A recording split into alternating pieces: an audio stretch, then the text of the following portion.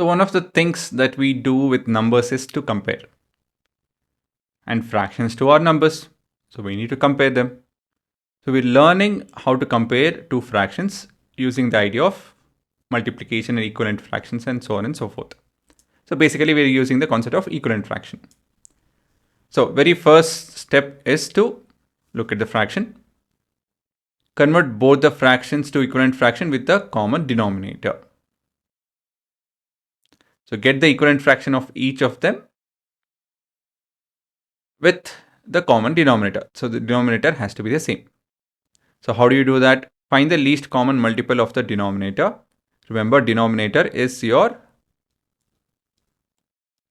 niche wala. This part is your denominator.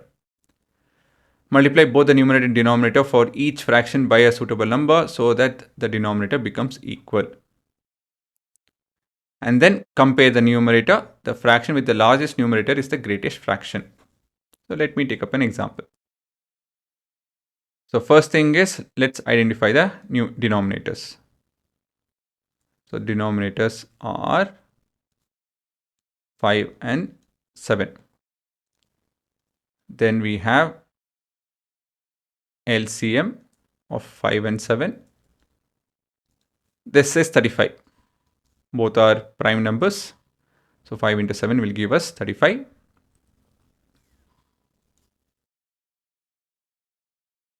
And now we have 4 by 5 is equal to 4 by 5 into a particular number. What is that number? We have to get 35 in the denominator. So we will multiply with 7. So this is 28 and this is 35.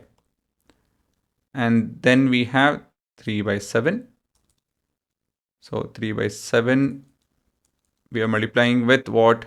7 into what will give us 35? 5. And we'll write 5 here as well. So this is 15. As simple as that. Now compare the numerators.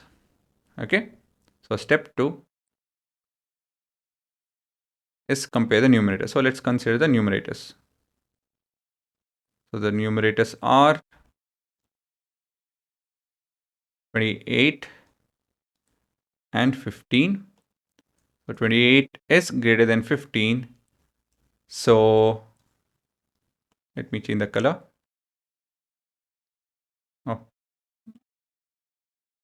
So we have 28 by 35, which is greater than 15 by 35. And let's actually look at the original question. 4 by 5 and 3 by 7. So 4 by 5 is 28. So 4 by 5 is greater than 3 by 7. Okay, so this is how you go on doing it. So this is step 1.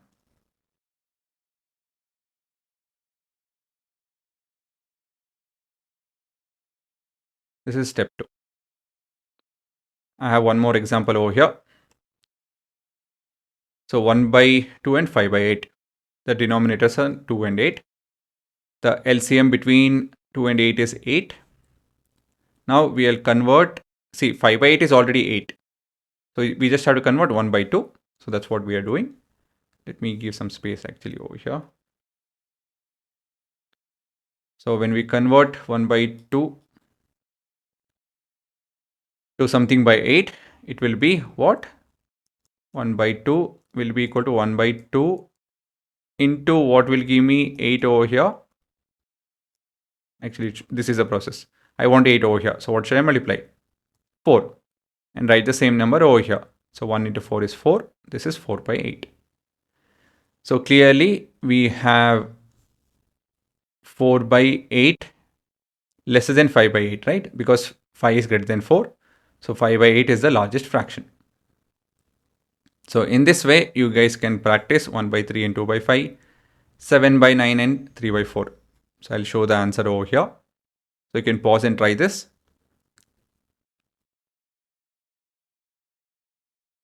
I'll directly show the answer. This is 1 by 3. And we have 2 by 5. So clearly 2 by 5 is greater than 1 by 3. Next example, 7 by 9.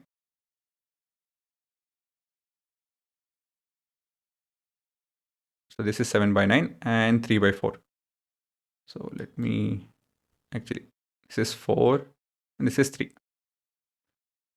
So it's a very close computation. 7 by 9 is greater than 3 by 4. I hope you guys tried it. So work systematically, math becomes very simple. So we are looking at the idea of comparing fractions. But what are fractions? Fractions are numbers. What are they useful for? They're useful for talking about part of something, part of entirety. When we share something with someone, we are talking about fraction. We are using fractions. So fraction has something called as numerator and denominator. Two whole numbers written at the top and the bottom, and between them we have a line. So now we are looking at the idea of comparing fractions. We make use of something called as equivalent fractions to compare the fraction by making the denominator same. So 4 by 5 is equivalent to 28 by 35 and 3 by 7 is equivalent to 15 by 35. So these are equivalent fractions, but we are looking at 35 as the common denominator. Once we have the common denominator, I can just compare the numerators and we have the comparison. Okay, so you can pause and have a look, write it off.